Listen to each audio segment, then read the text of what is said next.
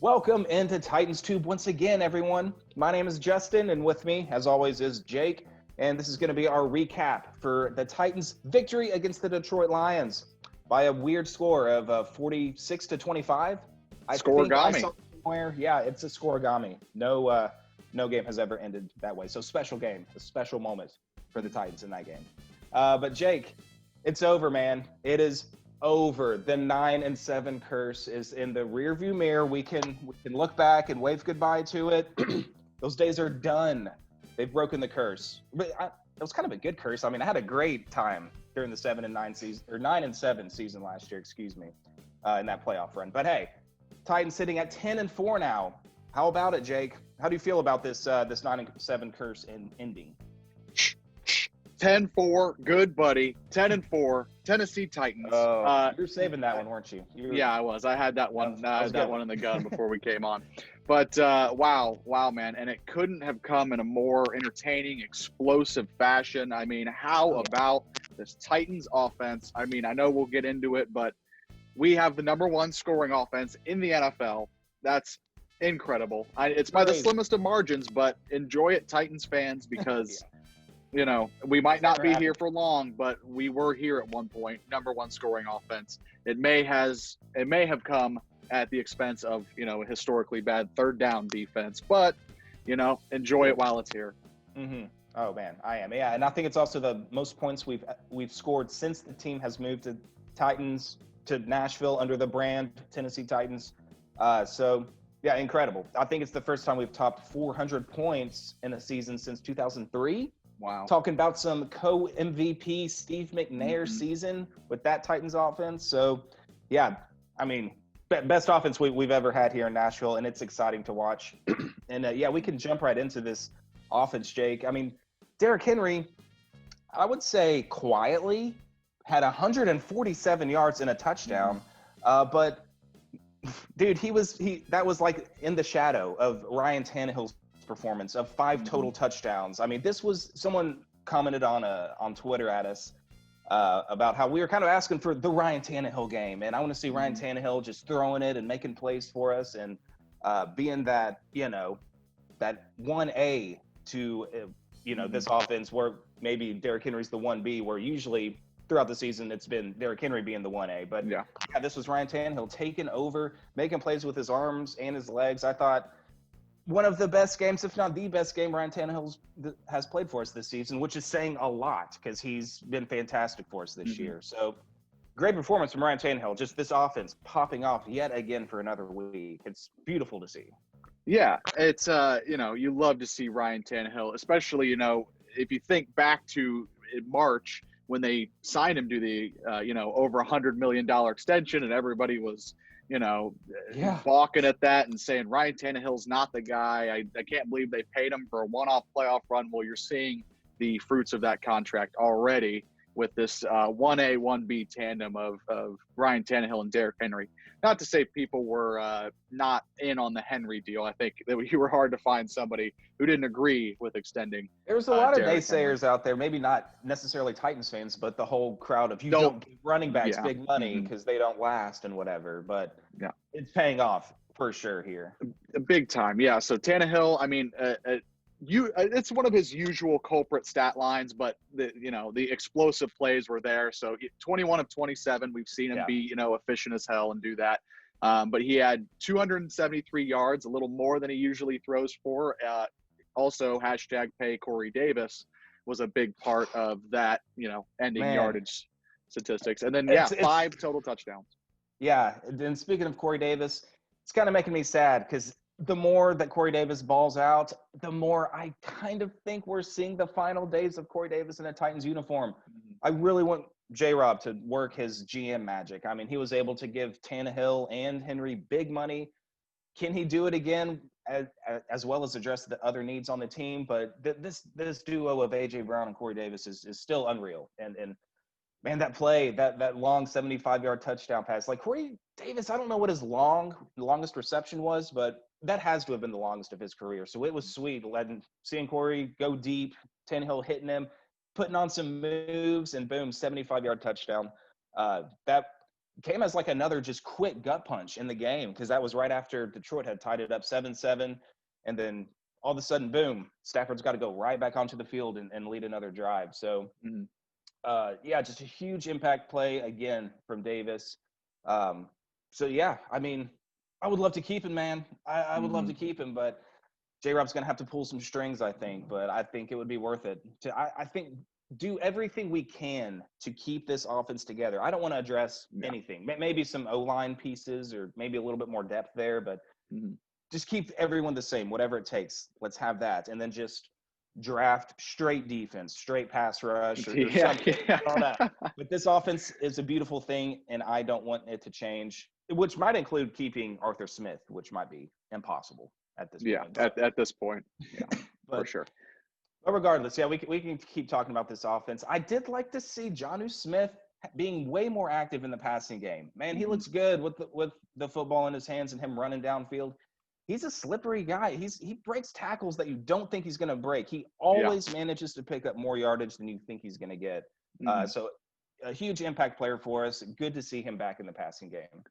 Yeah, and on that, I think it was the first drive of the game, he took a huge hit from the safety across the middle, hung onto the ball. We've seen him make that catch, on that seam route before, I feel like. And he's a tough dude. And I saw something on Twitter about how this Titans offense is explosive and physical. You can't, like most NFL offenses, you think they have to be either, physical, ground and pound, or explosive. Well, this Titans offense has both. And yeah, it is a very beautiful, beautiful thing to watch. We said something about smelling the Derrick Henry roses a couple of weeks ago, because we're watching history. Titans fans have to at least appreciate that. Yes, defensive woes. We always want to jump on and complain about third down defense and everything, but we have to stop and smell the roses of this offense, because wow. You're seeing history with Derrick Henry.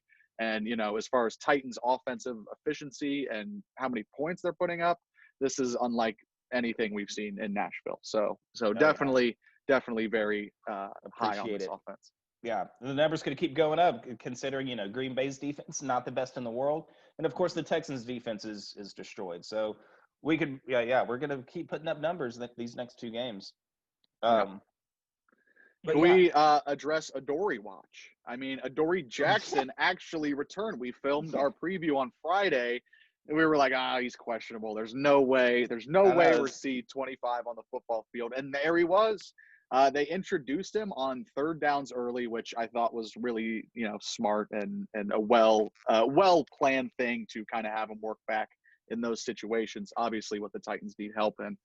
He ended up playing 42% of the overall snaps. I mean, the blowout might have had something to do with that. He was on the field consistently, Justin. He was on the field kind of a lot, more so than I think any of us expected. So good to see Adoree back. Not much in way of like splash plays from him or anything, but definitely seemed to at least help out the secondary in coverage, because Matthew Stafford had time to bake cakes back there, and it was looking bad early. It looked like it was going to be a shootout, but I will give the Titans secondary credit. He was thrown into some tight windows, and he was doing Matthew Stafford things. The coverage was good. Matthew Stafford's just better. I was going to say, man, I've got so much respect and so much props to Matthew Stafford, not just for playing this game with the injury, but, dude, he's so skilled with the football. Like, he had a few, like, 30, 40-ish yard, like, lasers. That was, like, that looked like they were shot out of a cannon, but still had good height. But, man, it traveled like a shooting star across the field. Like, dude, it was That's beautiful magical thing. It was a beautiful His arm is incredible. And ridiculously accurate. He was driving me crazy with some of the passes, because, like you said, there was a lot of times the coverage was good. It was there, but in the only place that it could have been, he put it right on him. So, he was the biggest threat, coming into this game to upset this Titans team. And it was looking, iffy for the first three quarters, honestly, Jake. I mean, I know we had a lead kind of throughout the whole game, but, that was that weird transition where they were driving about to score, and then of course we got to shout out the boy Will Compton, who comes in and makes an impact play for this defense, forces the fumble, gets the fumble recovery to stop that drive, and that it kind of seemed like the story of this defense is that the Mhm. only ways we were getting stops was by getting turnovers, which was crucial. But anyway, so in that weird transition period, the Titans, Quessenberry gives up that sack to Yeah, Tannehill, that was plus bad. the safety. So it's Not good. 21-9, and then it's like, now they got to drive again, and they do, and they score a touchdown. And I think they missed the extra points. So they Yeah, it ended was up, 21-15. they ended up getting like 8 additional points Mhm. right after Will Compton forces that turnover. So Yeah. it was a game. It was 21-15. I forgot what happened. I think we got a field goal, and then they got a Mhm. field goal. It was But 24-18, and that was yeah, where we want to highlight yeah, your impact play, Justin, if you want to yeah, go ahead and take it. yeah. Kind of So really changed the tide of this game. yeah, you look at the final score, and after the dust settles, it was like, yeah, we had a good performance. We kind of dominated. Like, but then you look back, and it was like, man, this game was late in the third quarter, 24-18. Our defense was, not a sure thing at all. Stafford was playing well. Titans have the ball after the Lions kick a field goal, and it's 3rd and 11, deep in our own territory. We need to play because, dude, I do not want to punt the ball back, give the ball back to Stafford down 6 points. He could definitely have taken the Lions right back down the field, gotten a touchdown, taken a 1-point lead, and we're looking at a very nerve-wracking competitive fourth quarter. Sure, I'm sure the offense would have bounced back because they did go off in the fourth quarter anyway. Mm-hmm. But man, what a time for Anthony Firkser down to show up, man. The beautiful play design because he was wide open across Yeah, the middle of the field. wide open. Smith magic. Tannehill nails him with the pass, and first down. Titans keep going, and I think we ended up getting a touchdown at the end of that drive. So Yeah. a huge, maintain control of the game moment was that 3rd and 11 conversion to the always reliable Anthony Firkser. Yeah, and I was laughing because you didn't want to spoil that the hashtag Firks down. Yeah, tell me I'm that. president of the Firkser fan club here. It was one of your impact plays of the game, and I had it on my sheet, the hashtag Firks down, and I said, and it was a big one too. It was a Yeah. big time catch over the middle. I mean, he was wide open. Great pass by Tannehill, way to hit him. And you look at the box score. Anthony Firkser, 1 reception for 20 yards, and it was huge. It was a huge catch. So definitely shout out Anthony Firkser. Something a little disappointing. Obviously the Titans did not register a sack yesterday. The Tart play where Stafford fumbled the snap, that counted as a tackle for loss, I suppose. I mean, I don't know how they calculate as a sack. Yeah. But this defense isn't a sure thing. I mean, they kind of clamped down after the Titans offense exploded and kind of held them to that low mark. I mean, they got a garbage time touchdown there at the end. But yeah, man, after yesterday, it's tough because we watched this offense just absolutely fire on all cylinders against, an inferior opponent. And it was amazing. But then you're going and you're looking into the playoffs. Yeah, 10-4, good buddy. Where the Titans have 10 wins for the first time since 2008. And you're trying to appreciate it, but there's always just that overhanging, you don't trust the defense. It was good to see Kevin Byard get the pick late. I mean, kind of chase Daniel garbage time, but still Kevin Byard gets to, see one go in, so to speak.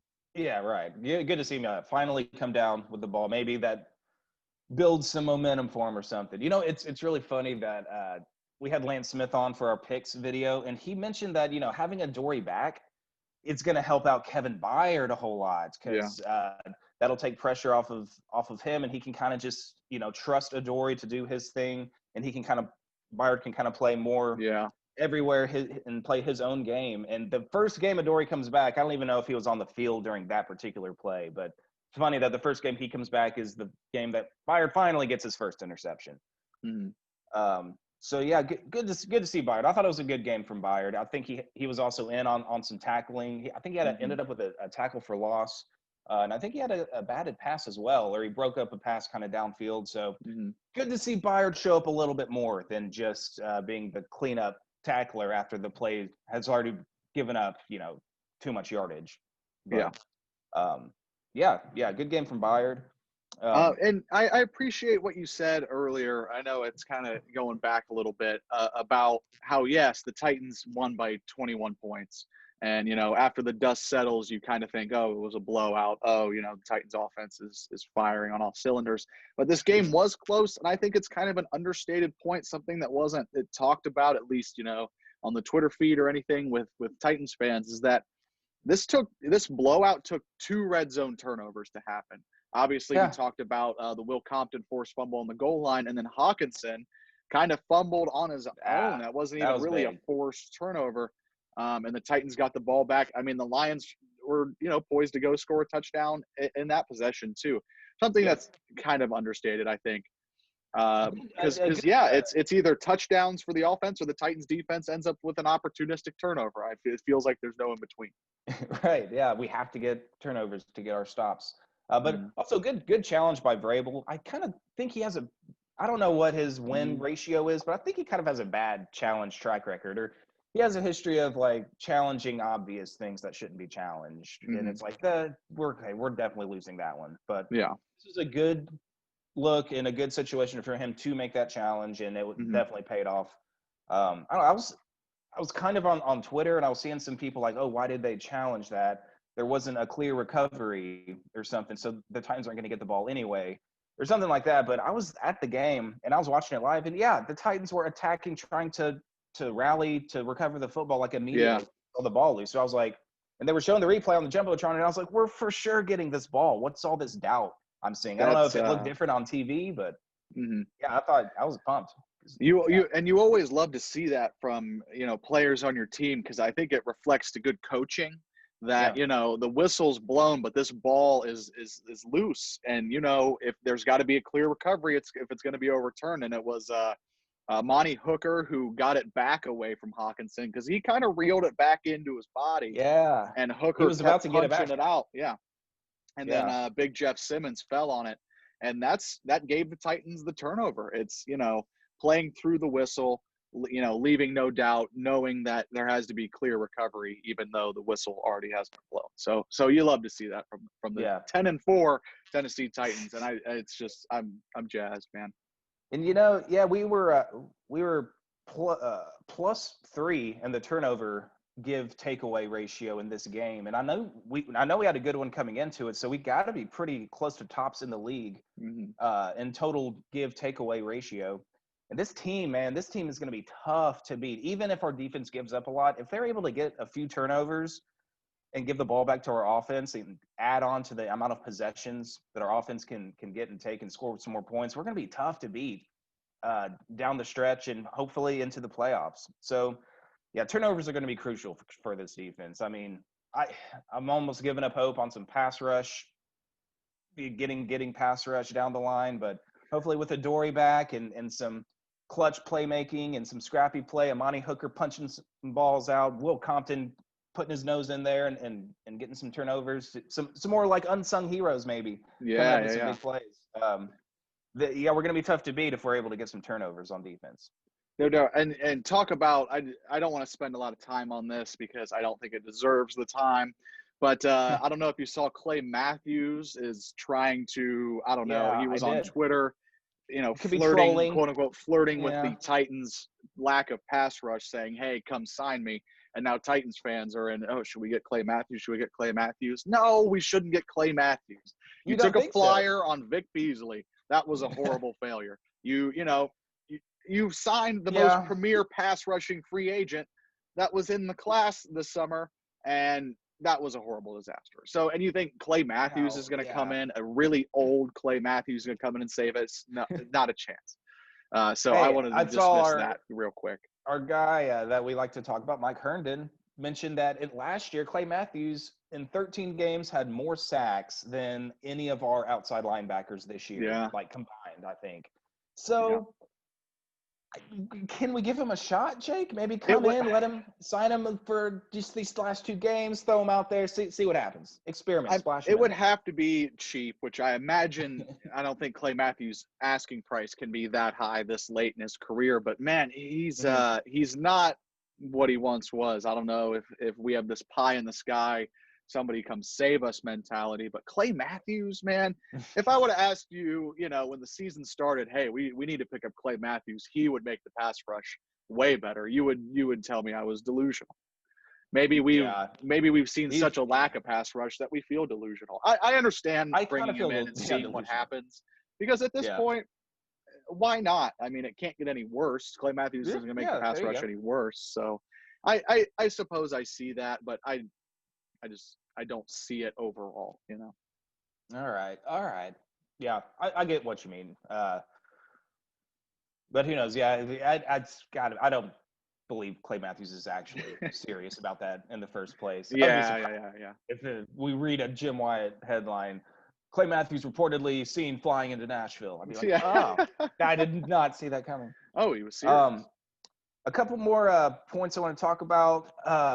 Couple newish one's newish. Welcome aboard back, Darrington Evans. Man, this dude looks better than what he did like earlier in the season before he injured his hamstring yet again. I guess this is why it took so long for him to come back. He wanted to be 100%, and we saw what he can do with the ball in his hands, and I like it, Jake. This is – if you told me, hey, guess what? You guys are about to add another pretty lethal weapon to your offense, I'd be like, really? How? Where's he at? Darrington Evans, our third-round draft pick. Man, I can't believe it, but we have a sweet-looking change of pace running back for Derrick Henry. And maybe that means less carries and less yards for Henry, but if it's going to keep him fresher, I'm all about it. And yeah, this is a great time to see someone come in and kind of help Henry carry the load this late in the season. And he looks more than capable. He looks pretty good on kickoff returns too. So he's a guy that can do multiple things. Welcome aboard, Darrington Evans. Also got his first touchdown too in his first return. So good for him. Yeah, Pretty for excited sure. about this guy. Yeah, definitely. And I hate to burst Titans fans' bubble, but I don't think Derrick Henry's getting 2,000 yards, because you saw in the event of the Titans having a lead, it being late, Derrick Henry's already got 147. If they kept Derrick Henry in, if Darrington Evans was not activated, Derrick Henry very well could have gone for 200 yards in this game. But you saw the Titans pull Derrick Henry, put Evans in, get him some, live game looks. And you're right, Justin. I mean, he looked great. Great change of pace back. And I will highlight, was that the first screen pass we've seen from this offense go for more than 5 yards this year? Because if so, that's a huge, another wrinkle in this offense if they can get the screen game going with a, change of pace speed guy like Darrington Evans. Look out, man. This offense is only going to get better. Yeah, and I think after last game, you have to think he's earned himself more playing time. So I'm expecting to see more and more of him down the stretch. Also, on special teams, big time shout out to Nick Westbrook, man. This isn't the first time he's shown up on special teams this year. Mm-hmm. He's the one that caught that Logan Woodside fake pass on the sideline. I forgot what game that was, but on the sideline. So catching the football, but man, he ran down there on a great special teams coverage tackle. And he also made that fake punt tackle that Detroit tried late in the game, right? Wasn't he the guy where he got super close? I never saw a replay of it, actually, so I don't know. It was a great stick.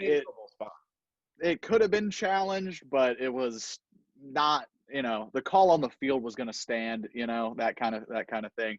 But yeah, it was a great stick tackle by Nick Westbrook, and he, flew over there to make it happen. So, I don't know. This might be a super specific reference, but do you remember the Wesley Woodyard tackle on Jacoby Brissett on the Monday night game against the Colts? Yes. It was on fourth down on a bootleg where he really closed the gap and tackled him just before. Yeah, it was shades of that. It was a great hustle play. What it all boils down to. Sorry for the obscure reference to make you go back in the archives. I remember it though too. I remember that play well because that was played perfectly well. By Woodyard there. So that does remind me of that for sure. But Westbrook, Akeem. I always just say Nick Westbrook, but I know there's a hyphen second name. Mm-hmm. I think it's pronounced Akeem or something. So you love seeing these guys make a name for themselves on special teams. Chris Milton had been doing it for us earlier, and looks like Nick Westbrook Akeem is showing up, making some big time special teams plays, which is huge. Pinning them deep, flipping the field, helping Kern out whenever he doesn't kick it sky high, and they do have a chance to return it, then we're good. We got it locked down on any potential return. So great performance all around. Obviously with the offense. Gostowski, yet again, perfect 100% on I kicks? gotta give it to him. I might be coming around on the trust of Gostkowski, but still, Yeah. if you remember the picture we painted, like AFC title game, Gostkowski comes out with 3 seconds left. Are you feeling good? I don't think any amount of made kicks gonna make you feel good. But I will say, yeah, he has been consistent, at least in the past, 4 or 5 games. Yeah. But still, yeah, a good performance on both sides of special teams. Well, we did give up a long kickoff return, but that was like kind of garbage time already. But that was like, it's been a while since that has happened. But yeah, overall good stuff from special teams. But the defense, it's the same old story. Yeah, I mean, giving up long third downs. But a lot of that too has long third downs. Goodness gracious! But a lot of that too does come with who Stafford is, being an elite quarterback. I don't know. It's elite. I mean, he's got an elite arm. He's an elite talent, I think. Yeah, because as Titans fans, Lions, we only see this team every 4 years. I never get to sit down, and they're not really on primetime TV a whole lot, so I never get to see a full game, play to play like I did yesterday. And yeah, just super impressed with Stafford. I would consider him an elite talent, an elite arm. It's just the whole Detroit Lions situation. Yeah. Not building a winning franchise around him. But anyway, do you want to move on? I was going to say, speaking of elite quarterbacks and, looking ahead to next Sunday night, there's going to be a real good game, I think. This is definitely a bet the over game, because with the way the Titans offense looks now and Aaron Rodgers against this Titans defense, and the Titans are the number 1 scoring offense. You know who's right there at 2, Justin? You said it earlier. The Packers behind by 1 point. I think we have 1 more point than them, but it counts. It counts. We have a better offense based on that alone. Absolutely. That 1 point is really quite the margin. So this game might be in the 40s. You might see, Green Bay or Tennessee notch 50 in the next game. At least that's what I think, early indications. Looking ahead, the Titans can clinch a playoff spot in many different ways, but they can clinch the AFC South title with a win in Lambeau and a Colts loss at Heinz Field in Pittsburgh. And we should know that result of that game by the time the Titans game starts, Correct. Which should add some suspense to it. So if the Steelers do indeed beat the Colts, then man, I'll be even more locked in to this Green Bay game, because it's win this game, you win the South. So it'll be interesting to see that. Definitely.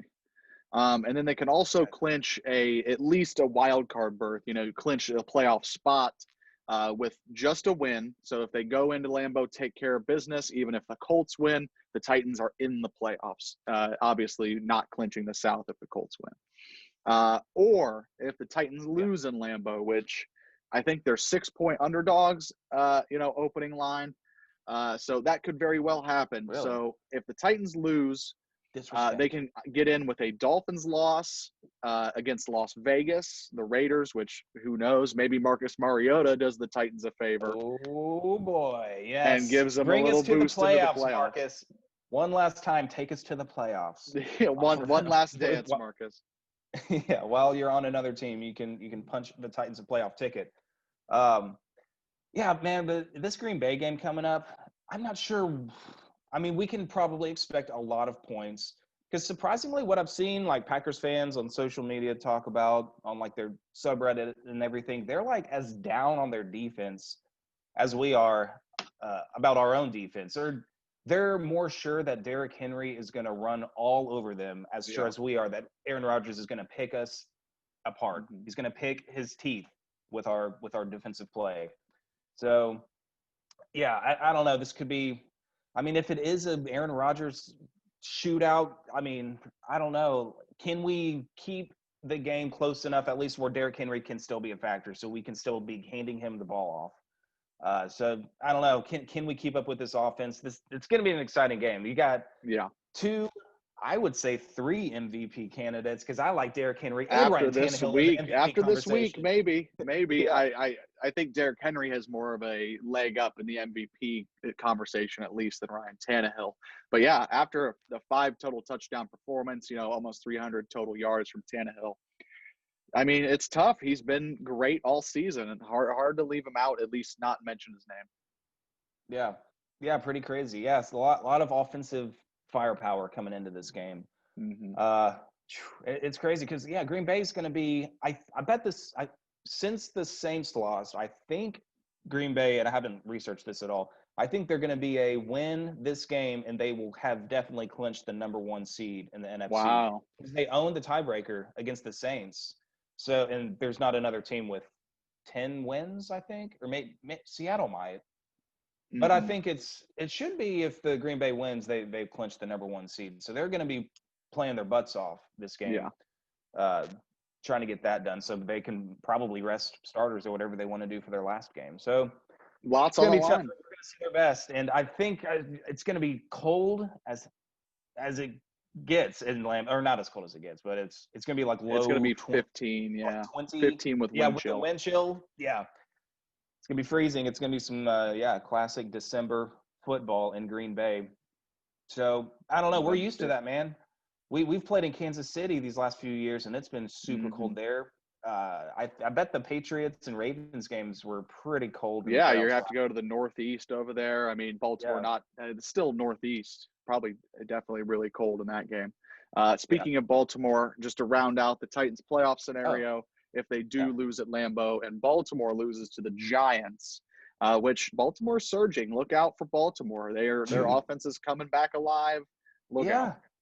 I do not want to play Baltimore again in the playoffs because, I mean, at this point, they definitely have a chip on their shoulder, and they're going to want to destroy the Titans by all means necessary.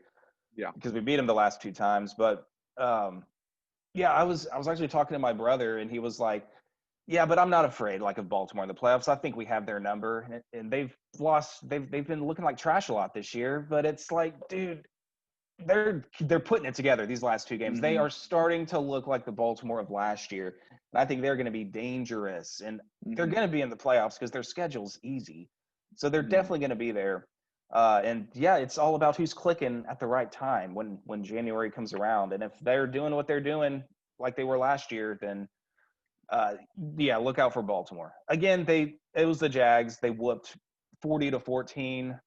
Sure, take that into context, but they're no slouch.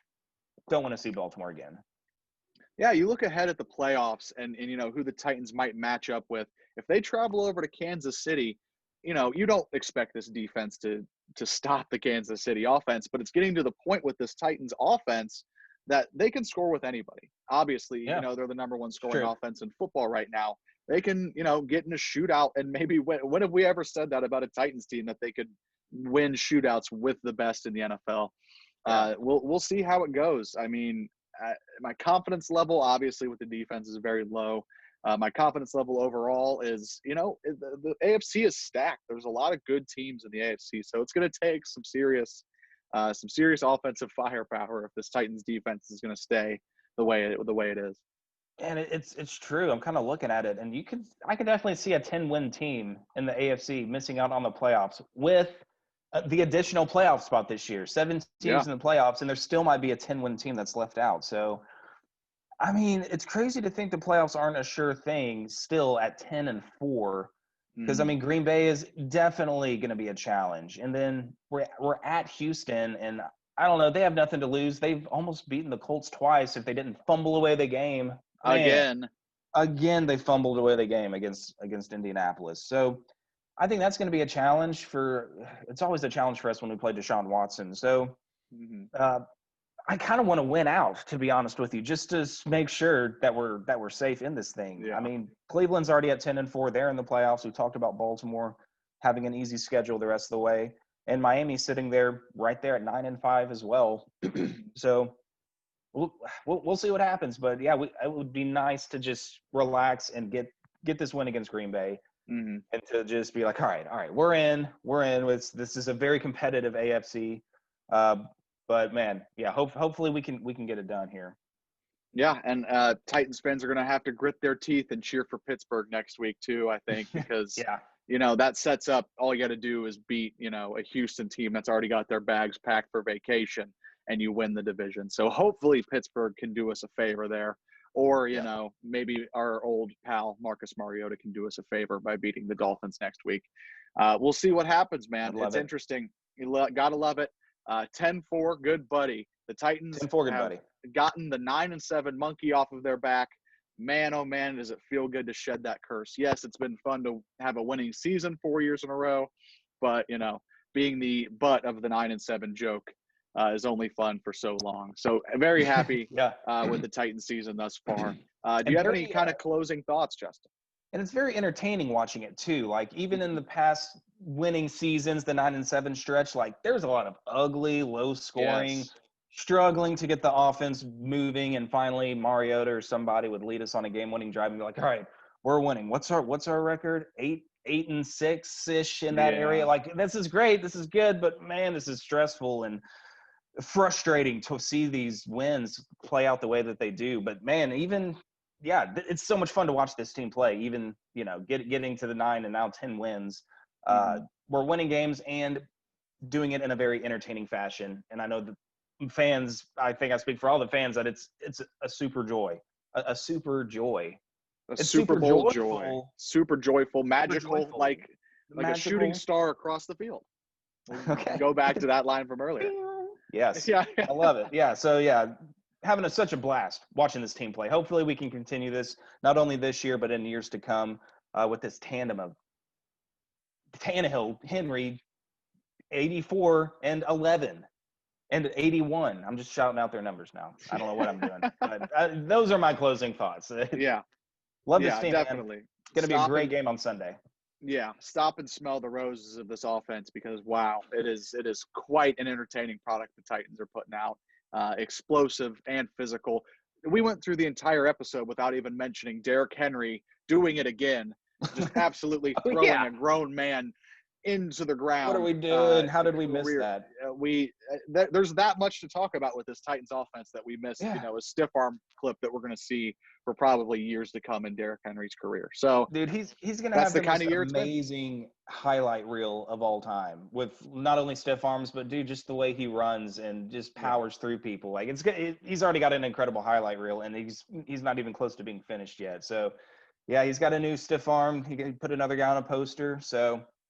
It's almost like a subplot in our video. So sorry guys if you wanted us to talk about that.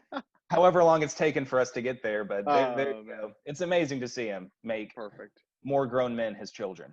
Yes, so to speak. You almost laugh when you see it. It's incredible. It's incredible. I did laugh when it happened. Yes. Man. But at the end of the episode, Titans are 10-4. Great win, great showing from the offense. Hopefully we can go to Lambeau Sunday night, get it done. Like, comment, subscribe, all that jazz. Tell us what you thought about the game. Tell us what you think about Green Bay coming next week. Justin, anything to take us to the barn other than tighten up? Tighten up and 10-4, good buddy. I like that line. Well, we can close out on that. Man, everyone have a happy holidays as well. Merry Christmas. Yes. Stuff. I know it's a crazy year, but hopefully it's still a good one. And maybe if you have to Zoom and Skype your family, then that's what you got to do. Adapt and survive. There's your life lesson for the day. Okay. Yep. Happy holidays, everybody. Have a good Christmas, New Year's. We'll talk to you before the New Year's. But anyways, have a great week, everybody. Enjoy your holiday and tighten up. Tighten up. See y'all.